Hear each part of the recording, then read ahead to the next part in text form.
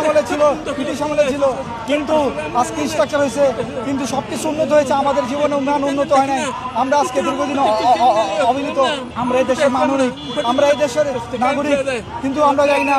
বিভিন্ন সরকার বিভিন্ন সময় ছিল, কিন্তু আমরা চাই আমাদের এই দাবি বাস্তবায়ন হয় না। আমরা এখানে অবস্থান করবো, আমরা চাই মাসিক ভাতা 5,000, সর্বনিম্ন ভাতা 5,000 করতে হবে, মুক্তিযোদ্ধা 25,000, আমাদের 5,000।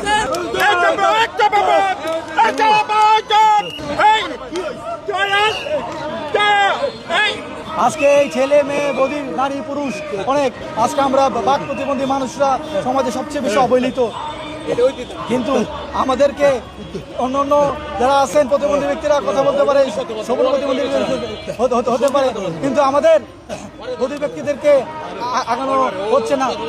আজকে আমাদের এই দাবিগুলো আমরা বাস্তবায়নের লক্ষ্যে 15 দফা দাবি, আমাদের এই যে মৌলিক অধিকার, এই জন্য আমরা অবস্থান কর্মসূচি পালন করছি। সকলে মিলে বাংলাদেশের আমাদের বধির ব্যক্তিরা যে কষ্টে আছে, দীর্ঘদিন কষ্টে থেকে তারা আজকে বাধ্য হয়ে রাজপথে নেমেছে। আমরা চাই মাননীয় প্রধানমন্ত্রী আমাদের কথা বলতে। তেলের ভোগান্তিতে ক্লান্ত? এখনই কিনুন রাইডো, এক চার্জে চলুন 100 কিলোমিটার পর্যন্ত। প্রায় 4,000-এর অধিক বধির ব্যক্তিরা এখানে উপস্থিত হয়েছে। আমাদের দাবিগুলো যদি না মানে ভবিষ্যতে আমরা পরে হবে, এগুলো আমরা মানব না। আমরা উপদেষ্টার কাছে আমরা গিয়েছিলাম উপদেষ্টা ববার পরে, কিন্তু এই তালবাহানা করে আমাদের দাবিগুলো বাস্তবায়ন হয় নাই। আমরা চাই, আমরা অবস্থান কর্মসূচি এখানে পালন করব। আমরা ভিক্ষা চাই না, আমরা বাঁচতে চাই। প্রতি মাসে 5,000 টাকা করে ভাতা, 5,000 টাকা, 950 টাকা এই ভাতা দেয়।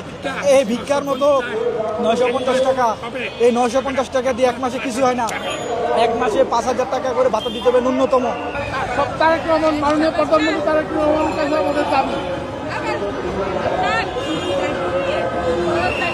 স্কুলে ভাষাই করে দিতে হবে।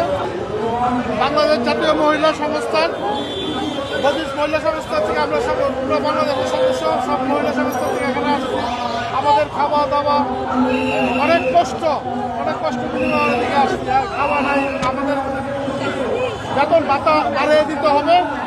হ্যাঁ, তবে কাজ করার মতো কর্মসংস্থান তৈরি করে দিতে হবে বাংলাদেশ সরকারের কাছে। হ্যাঁ, বাস ভাড়া হাফ করে দিতে হবে। তাদের কর্মসংস্থান কার্যের সাথে কর্মসংস্থান করে দিতে হবে।